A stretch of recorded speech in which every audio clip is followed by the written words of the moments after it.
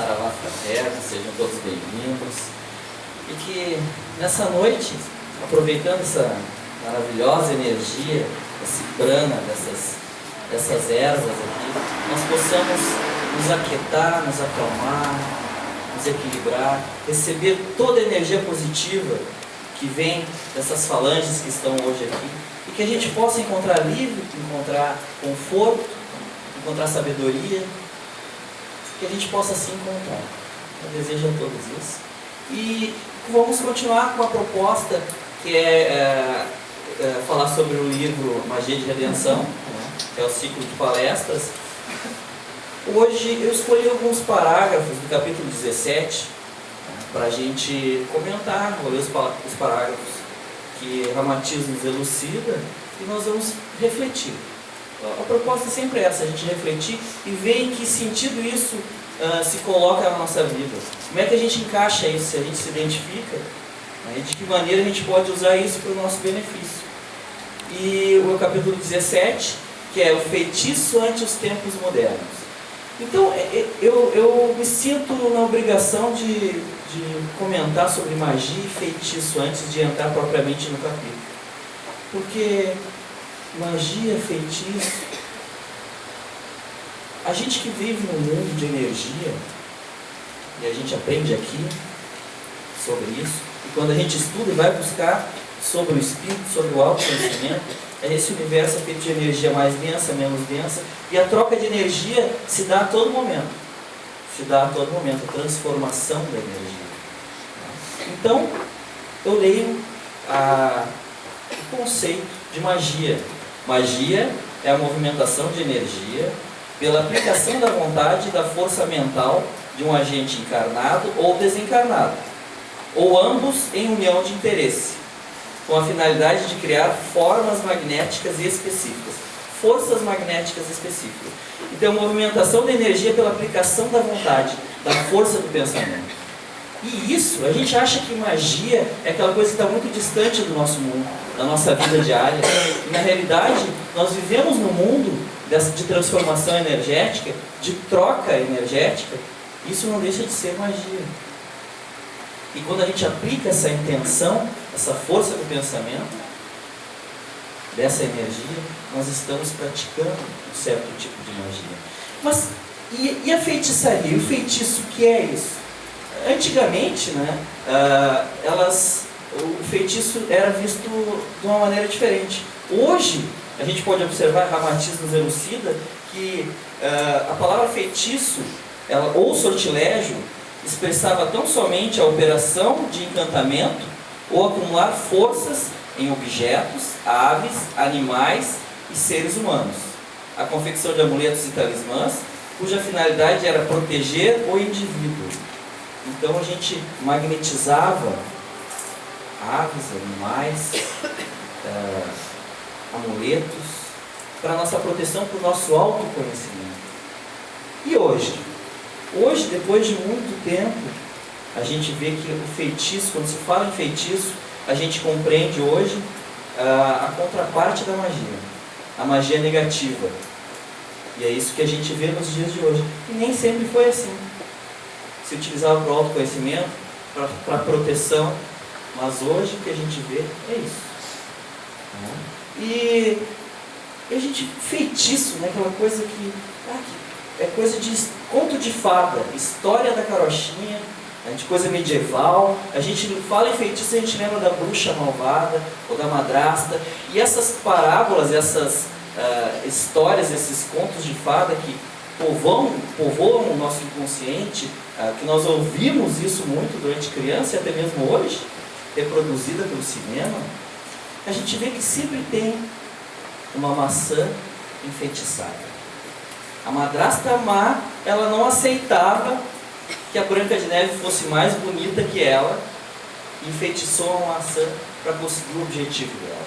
E dentro dessas histórias a gente vê os objetivos e vê um ensinamento.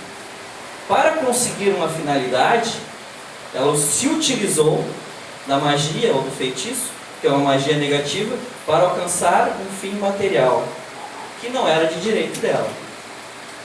Vamos registrar isso. se utilizou de uma magia para conseguir uma finalidade que não era de direito dela. Feitiço. E aí, e aí adiante a gente vê a Bela Adormecida, a Cinderela, a magia e o feitiço a todo momento. E a gente pergunta, mas o tema é o feitiço ante os tempos modernos. E hoje? Nós estamos em 2012. Como é que é o feitiço hoje? Será que existe o feitiço hoje? Será que essa coisa funciona dessa maneira? E se, de acordo com a tecnologia, hoje nós estamos num mundo muito rápido. A tecnologia, a ciência, a informação, é tudo muito rápido. E a gente quer as coisas rápidas também. E a gente imagina como o feitiço seria hoje, ou como o feitiço é hoje. Feitiço pela internet, rápido. Feitiço nos meios de comunicação. Imaginem um programa diário, matutino, mais feitiço, onde os artistas se encontram para cada um fazer o feitiço que eles mais gostam, o que eles mais sabem fazer. E aí o animal de estimação da feiticeira faceira, que é a apresentadora, pode ser uma coruja, pode ser um sapo, um morcego. Vamos imaginar hoje, o feitiço hoje, ante os tempos modernos. Um reality show. Quem enfeitiça mais? Os enfeitiçados. Aí eles vão fazer provas, quem faz o feitiço maior, a poção de amor mais eficaz, que traz o amor em 7 dias ou em 3 dias. E isso a gente vê nos posts hoje em dia na rua, né? E se a gente procurar na internet, a gente acha. Vemos que a realidade não está tão longe. Mas não é bem assim. A gente sabe que não funciona assim. Ou pelo menos ainda não, né? Mas a gente observa, aí se pergunta a Ramatiz, o feitiço tende a se extinguir na atualidade? Aí Ramatiz responde, porventura tende a extinguir-se também o ódio, o ciúme, a raiva, a malícia, a inveja, a hipocrisia, a maldade, a luxúria, a avareza, traição, violência, corrupção, prostituição, miséria, delinquência? E ele diz mais, o que é o feitiço senão um acontecimento proveniente de tudo isso? E tudo isso nós vemos hoje, no mundo, no planeta, na nossa sociedade, no meio em que nós vivemos. Nós vivemos nesse meio. E parece que cada vez a gente vê mais isso. E se o feitiço se origina disso, se é um efeito disso, então nós estamos no meio, estamos enfeitiçados. Ou estamos sujeitos, a qualquer momento, sofrer alguma coisa dessa maneira. Isso começa a aparecer um reflexo. E esse é o reflexo da sociedade hoje.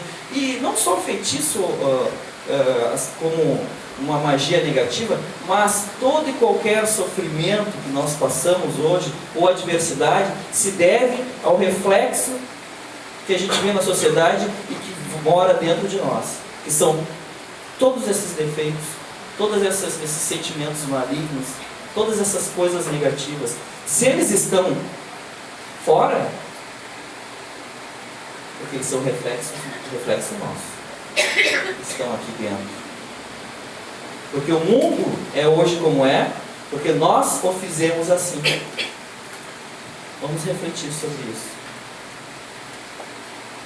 E aí a gente pergunta, tem tudo isso na sociedade, na vida, e toda essa maldade.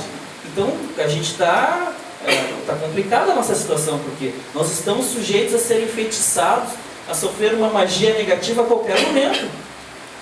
E possivelmente esse mal que eu estou passando hoje pode ser um feitiço, provavelmente seja. Será? Onde está a justiça nisso? Todos nós somos vítimas da maldade humana? Nós somos vítimas? Aí Ramatiz diz, não há injustiça nem equívoco no universo criado por Deus.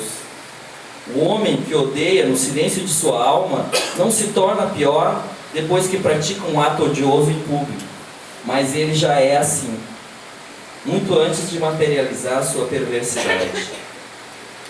Ninguém se torna mal uma hora para outra. Ah, mas aconteceu tal coisa e eu não me controlei. Já existia dentro de ti. Mas eu fui me defender e fiz isso. Já estava dentro de ti. Não foi um agente exterior que te levou a se tornar uma pessoa má ou a fazer uma atrocidade. Se a gente fez isso, se a gente pratica isso a todo momento, é porque está dentro de nós. Isso nós falamos de coisas extremas. E as pequenas coisas malévolas que a gente, no dia a dia, impõe ao nosso semelhante, impõe para nós mesmos. Nos impomos. Está tudo dentro de nós. Ninguém se torna mal assim. Ou porque o governo não está bom. O governo, esse mandato aí não teve jeito, eu tive que roubar porque eu não consegui emprego. E a culpa não é minha. Estava dentro de nós. O pecado que mora na mente do homem é o mesmo que depois surge à luz da vida humana. Quer seja por descontrole emotivo, explosão de cólera ou espírito de desforra. O pecado que mora na mente do homem é o mesmo que surge à luz da vida humana. E quando acontece esse tipo de coisa na nossa vida, alguma coisa errada, ou alguma coisa que nos machuca na nossa intimidade, a gente se sente ofendido, a gente se sente magoado, a gente se sente vítima, e a gente se sente no direito de se vingar, no direito de cobrar a justiça pelas nas próprias mãos, ou da maneira que a gente acha que é.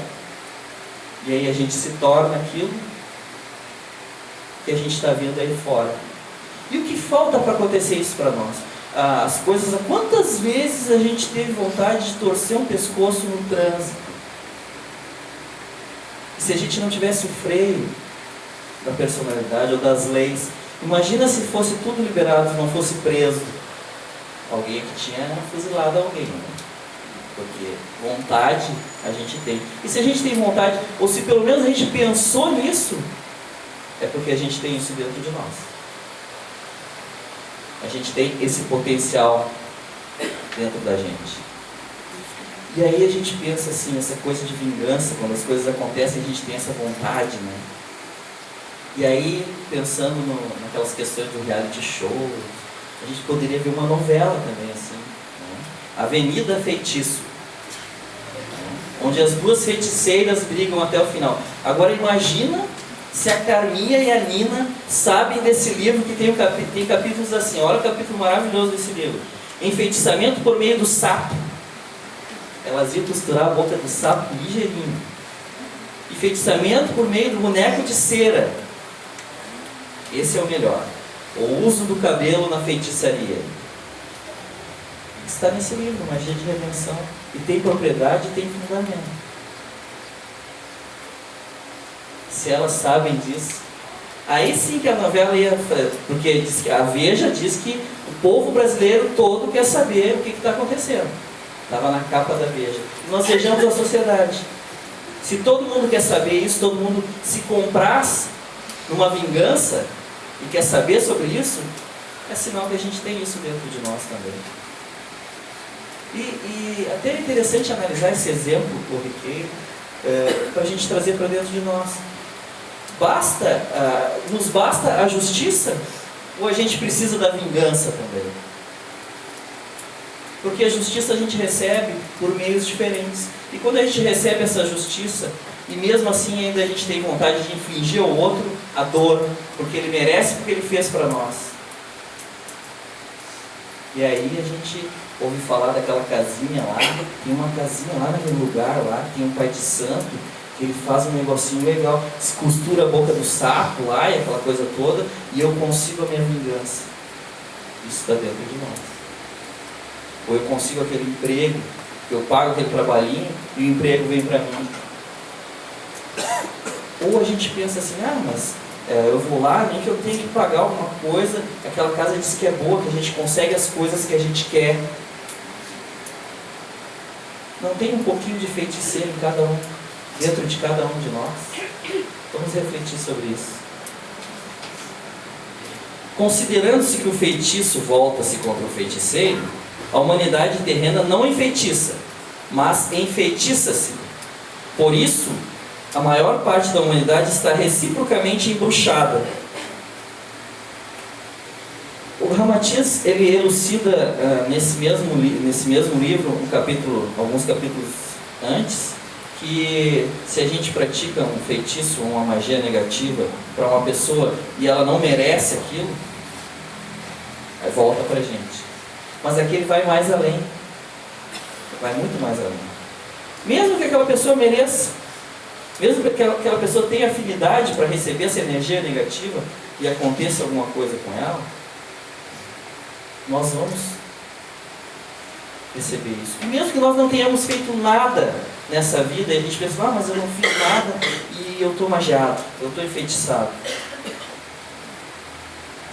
Feitiço se volta contra o feiticeiro, seja nesta vida ou na outra, ou na outra, ou na outra. E aí Ramatiz nos diz: conforme a lei espiritual, o indivíduo colhe o que semeia. Portanto, quem faz feitiço será enfeitiçado. E quem é enfeitiçado já fez feitiço. E a gente acha que ainda é vítima. E eu repito de novo.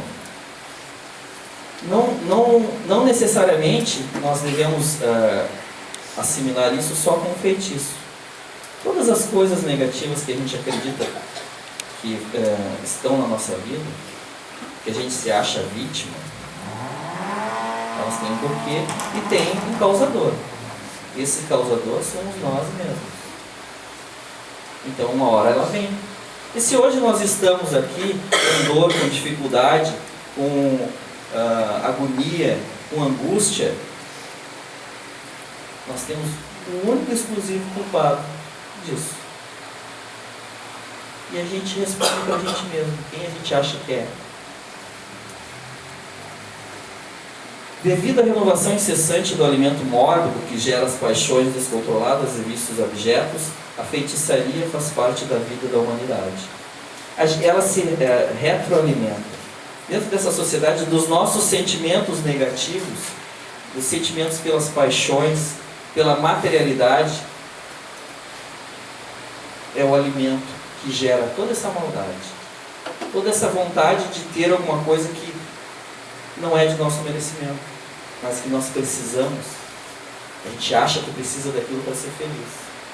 E aí a gente começa a entrar naquele detalhe de o que nós precisamos, quais são os nossos objetivos, o que nos motiva na vida. O que nos motiva na vida? Pois nós estamos em um determinado ponto e queremos chegar num outro ponto.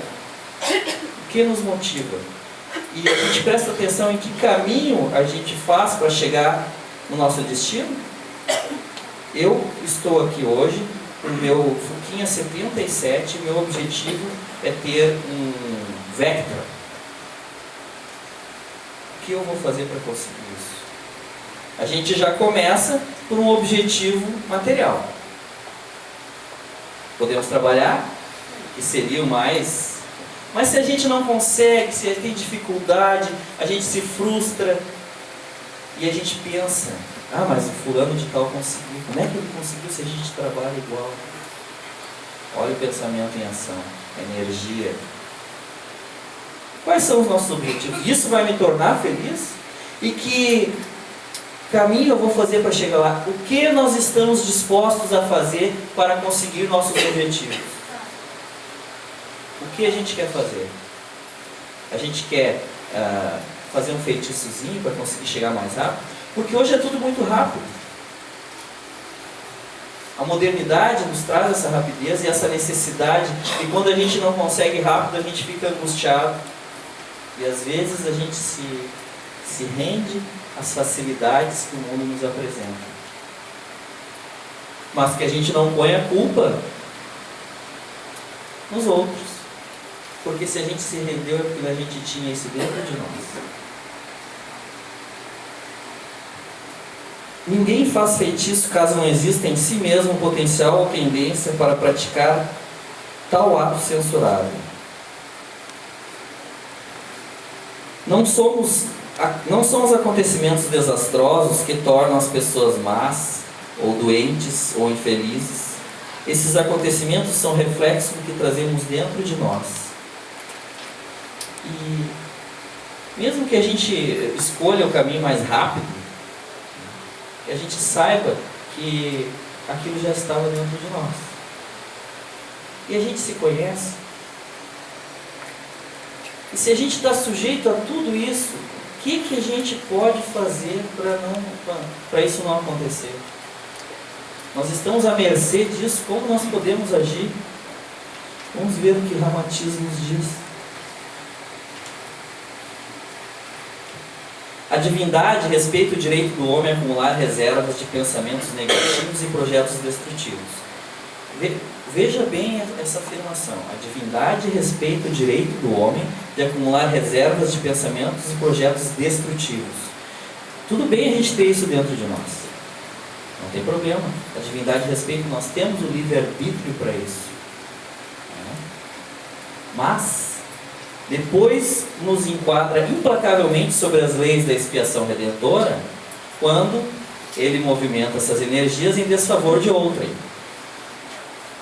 A lei atua quando a gente movimenta essas energias, isso que nós temos dentro de nós, essa maldade, essa perversidade, a gente movimenta isso, plasma isso contra outra pessoa. Aí a lei atua e nós vamos ter que responder por isso. Vamos ter que responder. O que nós estamos sentindo hoje? Será que nós estamos respondendo por alguma coisa? A indiferença da humanidade para com os ensinamentos salvadores do Evangelho do Cristo converte o homem no candidato potencial aos impactos enfeitiçantes. O que a gente pode fazer, né? Nós temos isso dentro de nós, e se a gente não põe isso para fora, o que a gente pode fazer para impedir que isso se manifeste? Nosso autoconhecimento, a gente aprende no básico que a primeira coisa é conhecer o que a gente tem dentro. Saber que isso existe dentro de nós e que o lobo mau e o lobo bom estão dentro de nós. E quem vai sobreviver, quem vai ficar mais forte é aquele que a gente alimenta. Se nós alimentar o mal, ele vai se sobressair. Então uma das primeiras coisas é a gente se autoconhecer e ver que nós temos isso dentro de nós. E que a gente tem que frear. Mas mesmo só freando a gente consegue, porque a gente aprende que nós temos... O espírito tem um peso específico. O espírito tem um peso. E esse acúmulo de pensamentos nocivos, esses projetos daninhos que nós temos dentro de nós, as coisas ruins que a gente pensa dos outros e de nós mesmos, isso pesa. E mesmo que a gente não ponha em prática a maldade que mora dentro de nós temos que dar conta desse peso, porque a hora que a gente perder esse corpo físico e desencarnar, o peso específico do nosso espírito vai definir para que região nós vamos. Então, se nós estamos pesadinhos, cheios de porcaria na mente e no coração, a gente vai pesar e vai descer. Então não basta só frear esses sentimentos daninhos. Mas se Ramatiz nos diz que a indiferença da humanidade para com os ensinamentos salvadores do Evangelho do Cristo nos deixa assim, e há mais de 2000 anos Cristo disse, e hoje, como nós estamos? Indiferentes ao ensinamento dele ainda? Talvez por isso nós estejamos aqui hoje. Porque 2000 e poucos anos a gente está começando, esperamos que sim, a nos dar conta de que a gente precisa de Jesus para conseguir superar tudo isso. Que sozinho a gente não consegue. E não é tendo bens materiais, não é tendo propriedades físicas de beleza, e nem poder, que a gente alcança a felicidade. Antes, pelo contrário.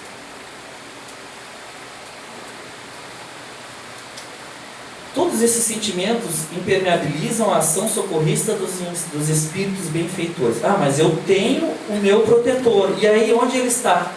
Porque eu aprendi na casa espírita e lá no centro de Umbanda que a gente tem o guia, o protetor, o anjo da guarda. Mas se a gente não fica impermeabilizado, se a gente não aceita os ensinamentos, se a gente não pratica, a gente não vive, Como esses espíritos, como o nosso protetor vai nos ajudar, se nós não temos merecimento para isso? Sequer a gente pensa em espiritualizar-se, em fazermos alguma coisa a mais para melhorarmos a nossa vida? Ou simplesmente irmos na casa espírita ou no centro de Umbanda e ir lá e achar que está tudo bem, agora eu estou espiritualizado, agora eu estou lá, aquelas energias vão me ajudar, nada vai me acontecer, não, feitiço nenhum vai me pegar. Será que é só isso? O feitiço, paradoxalmente, beneficia no mecanismo confrangedor porque estimula a vítima a procurar soluções para o seu problema cruciante e a coloca em contato com as criaturas entendidas no caso, como são os curandeiros, pretos velhos, caboclos de terreiros. Vejamos como é maravilhosa a lei de Deus na espiritualidade. Mesmo a gente dando com a cabeça na parede, mesmo a gente cedendo aos impulsos maléficos que moram dentro de nós, a gente é beneficiado. Só que a gente não vê assim. Porque quando a gente sente dor, quando a gente acha que chegou a um ponto da vida que a gente não aguenta mais e precisa mudar, e a gente está triste, a gente sofreu muita coisa, quem sabe até a gente foi magiado, se magiou, e a gente chora. Mesmo aí, porque aí nós vamos procurar ajuda. E a justiça divina está presente, porque ela nos leva a esse momento, naquele impulso de dor e de mudança, a nós procurarmos aquilo que a gente tem que procurar. Nós, como espírito que somos. Inúmeros enfeitiçados, depois de comprovar a intervenção benfeitora do mundo oculto, na sua existência atribulada, então moderaram os vícios e as paixões que os prejudicavam na vivência espiritual. Eles admitiram a lei do karma e a lógica da reencarnação por força do impacto enfeitiçante. Fui lá naquela casa porque fizeram um trabalhinho para mim e a minha vida virou de cabeça para baixo. Só que eu cheguei lá e eles me disseram que eu tenho que ir 7 vezes lá, que eu tenho que fazer o evangelho no lar. Vou tentar, né? O que eu posso fazer? E aí a gente começa a mudar. A gente começa a assistir a palestra, vir um estudo sistematizado. E pela dor, nós nos encontramos. E aí a gente vê aquela máxima. Se não vai pelo amor, vai pela dor. E nós estamos longe de conseguir alcançar qualquer coisa pelo amor. Então nós estamos pela dor. E mesmo pela dor, que é uma ferramenta que a espiritualidade usa para nos encaixarmos de novo no nosso caminho, a gente avança. A Terra não é colônia de férias, mas de educação primária do espírito, onde o terrícola é aluno em curso de alfabetização sideral. Os alunos, antes de cumprirem seus deveres escolares, atêm-se ao gozo prematuro que lhes desperdiça o tempo totalmente. Terão de repetir as lições frustradas tantas vezes quanto as fizerem necessárias para o seu entendimento proveitoso. Na escola é assim. E nós estamos na escola. Se a gente quiser ficar só no recreio, só brincando, e não aprender a lição, não estudar, e não ir lá prestar o exame e passar, nós vamos ter que fazer tudo de novo. Maravilhoso isso, que a gente não é expulso. A gente vai tentar quantas vezes forem necessárias, até que a dor seja tão grande que a gente não aguente mais e faça realmente o que a gente tem que fazer. O cidadão terreno, indisciplinado e irresponsável, escravo dos impulsos daninhos e das paixões debilitantes, ele é mais beneficiado quando submetido às ligações da dor e do sofrimento, das vicissitudes e da amargura, do que aos prazeres perigosos da vida carnal. Nós somos beneficiados com a dor, porque com a dor a gente aprende. Se a gente vivesse só os prazeres da vida, que a vida terrena nos dá, nós íamos só cada vez mais acumular mais dor, e depois nós íamos sentir dor de novo. Então nós somos beneficiados com a dor, com o sofrimento, porque ela nos leva, nos impulsiona à mudança, ao melhoramento, ao autoconhecimento. Indubitavelmente, ninguém deseja ser vítima do feitiço, pois somos instruídos que a vida humana pode ser conduzida de modo a evitar as retificações dolorosas de aprimoramento espiritual, desde que os homens sigam fielmente os preceitos divinos expostos sobre a terra por inúmeros instrutores espirituais. Jesus trouxe todo esse ensinamento maravilhoso, mas não foi só ele.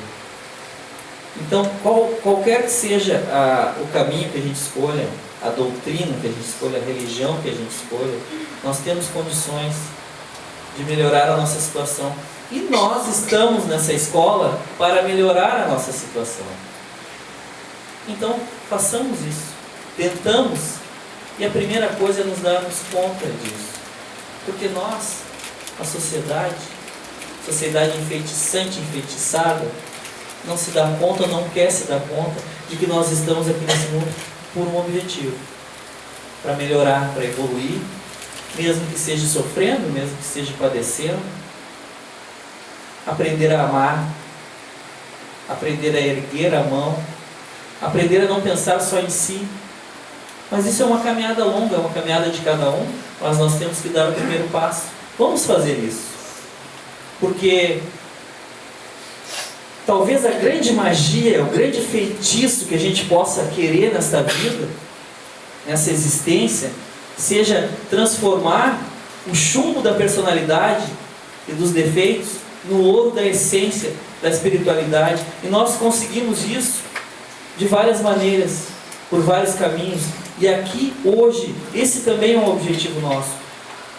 Nos autoconhecendo, burilando moralmente a nossa personalidade, crescendo, procurando crescer, respeitar o próximo, conhecendo as leis divinas. Que a gente possa saber que isso é plenamente possível. Nós estamos aqui para isso, todos nós, na mesma situação, procurando melhorar, procurando sanar uma dor, procurando se autoconhecer, procurando paz.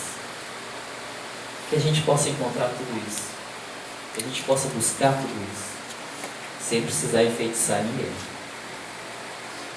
Eu fico por aqui, agradeço a atenção de todos, que agora que a gente possa relaxar, a gente possa apagar as luzes ali, por favor, ali em cima.